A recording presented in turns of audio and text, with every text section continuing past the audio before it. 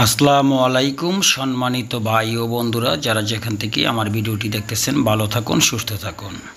আজকের আলোচনার বিষয় হচ্ছে একটি ফ্লোর কিভাবে ঢালাই দিতে হয়, কিভাবে কাজ করলে সেটি মজবুত হয় এবং সিঁড়ির কাজটি ফ্লোরের সাথেই একসাথে করা হচ্ছে।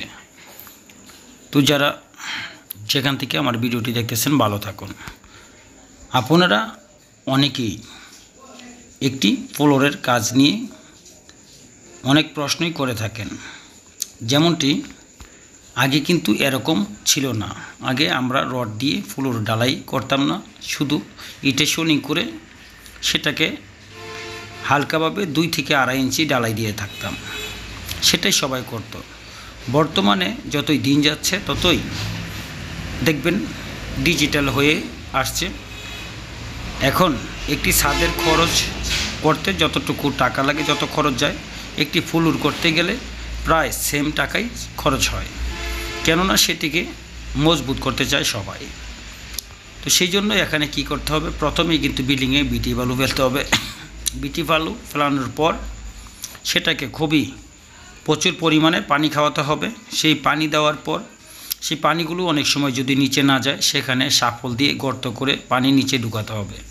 খুবই ভালোভাবে পানি খাওয়ানোর পর কিন্তু সেটাকে দুরমুস পিটিয়ে তারপর এখানে এই কাজগুলো করতে হয়। আরেকটি বিষয় হচ্ছে পলিথিন বিছিয়েছি। আরেকটি বিষয় হচ্ছে এখানে দেখা গেছে আপনার যে কিচেন টয়লেট থাকে, সেই কিচেন টয়লেটে যে কাজগুলো হয়ে থাকে সেখানে কিন্তু স্যানিটারি পাইপ বসাতে হয়। সেই পাইপগুলো কিন্তু বসানোর জন্য কি করতে হবে, সেদিকে অবশ্যই লক্ষ্য রাখতে হবে প্ল্যানে কিভাবে রয়েছে। কারণ একটি কাজ মনে রাখতে হবে, যদি আপনি পাইপ বসিয়ে ফেলেন সেটাকে প্ল্যান না দেখে, পরবর্তীতে কিন্তু সেটি আর ভাঙা সম্ভব হয় না। কাজেই সেটাকে সেভাবেই করতে হবে। মাথায় রাখতে হবে আপনার সেই কাজগুলো যাতে পরবর্তীতে যেভাবে গাঁথনিগুলো করতে হবে সেই গাঁথনির সাথে মিল থাকে কিনা, সেটি হচ্ছে আপনার প্রথম কাজ।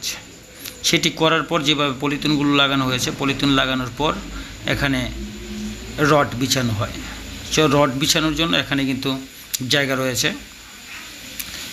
যে বিমটি রয়েছে গ্রেড বিম থেকে আপনার প্রায় 2 ইঞ্চির মতো মাটি সরানো হয়েছে। তারপর থেকেই কিন্তু সেখানে একটি ইট বিছানো হয়েছে, একটি ইট গাঁথা হয়েছে সাইডে, সেখানে ঢালাই দেওয়া হবে। তো ঢালাই কত ইঞ্চি দেওয়া হবে সেটি আপনাদের বলছি। এখানে দেখতেছেন একটি সিঁড়ির কাজ হচ্ছে। সিঁড়ির বিষয়টিও যদি আপনাদের নিয়ে থাকি, বলে থাকি, এখানে দেখতেছেন আসলে সিঁড়িতে কিন্তু 2 সাইডে 2টি বিম দেওয়া হয়েছে কনসেলে। সেই বিমটি কিন্তু খাড়ায় দেওয়া হয়েছে। সেখানে প্রায় 5 ইঞ্চি বাই 10 ইঞ্চি একটি বিম হয়েছে 2 সাইডে, এবং মাঝখানে কিন্তু একটি বিম হয়েছে। সেই বিমটি দেওয়ারও কিছু কারণ রয়েছে। সিঁড়ি থেকে যখন কলমের বাহিরে চলে যায় সিঁড়ির চকি, তখন কিন্তু এইভাবে দিতে হয়, এবং এখানে কিন্তু গাঁথনিও করে দেওয়া হয়েছে যাতে লোটের জন্য। যাই হোক, সেটি আপনাদের আমি দেখাচ্ছি। তবে মূল বিষয় হচ্ছে এখানে ফ্লোর ঢালাই দিতে হয় কত ইঞ্চি। তো সেই হিসাবে কিন্তু এখানে ঢালাই, ফ্লোরের যে ঢালাইটা সেটা কিন্তু সবাই 4 থেকে 4.5 ইঞ্চি দিয়ে থাকে, কেউ বা 5 ইঞ্চি দিয়ে থাকে। মনে রাখবেন যখন আপনি রড দিয়ে করেন সেই রডগুলো কিন্তু সেই গ্যাপেরও ব্যাপার রয়েছে। অনেকে বলেন যে এখানে ফ্লোরে কত মিলি রড ব্যবহার করতে হয়।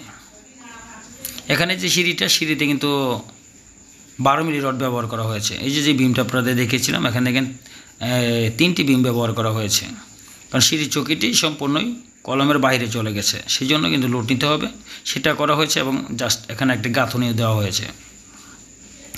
তো যাই হোক, ফ্লোরে যে 10 মিলি রড ব্যবহার করা হয় সেই রডগুলো কিন্তু 1 ফিট দূর দিয়ে থাকে, কেউ বা 10 ইঞ্চি পর দিয়ে থাকে। তো এখানে কিন্তু রডগুলো প্রথমে 12 ইঞ্চি দেওয়া হয়েছিল। তারপর আমরা বলেছিলাম যে 10 ইঞ্চি দিলেই চলবে, সেখানে রুমের সাইজ খুব কমই। তারপর মালিক পক্ষ বলল যে না, 8 ইঞ্চি পরপর দিয়ে দেন। তো 8 ইঞ্চি পরপর দেওয়া হয়েছে। তো সেই ব্যাপারগুলো আপনি ইঞ্জিনিয়ারের প্ল্যান অনুসারে করতে হবে, ইঞ্জিনিয়ারের কাছে পরামর্শ অনুসারে করতে হবে। কারণ রুমের সাইজ যদি বড় হয়ে যায় সেখানে কিন্তু ঘন দিতে হয়, সেটাই হচ্ছে কাজ। এবং যদি রুমের দূরত্ব কম হয়ে থাকে, পিলারের কলমের দূরত্ব কম হয়ে থাকে, সেখানে কিন্তু একটু পাতলা দিলেও সমস্যা হয় না। তো সবচেয়ে বড় কথা হচ্ছে আপনি যখন রড দিয়ে ফ্লোর ঢালাই দিবেন তখন মাটি বসানো সমস্যা হয় না, কেননা সেখানে একটি ছাদের মতো লোড হয়ে যায়। এখানে মিস্ত্রির যে কাজ টাকা নিয়েও একটি কথা আসে, সেটি আপনাদের পরবর্তীতে বলবো। ভালো থাকুন।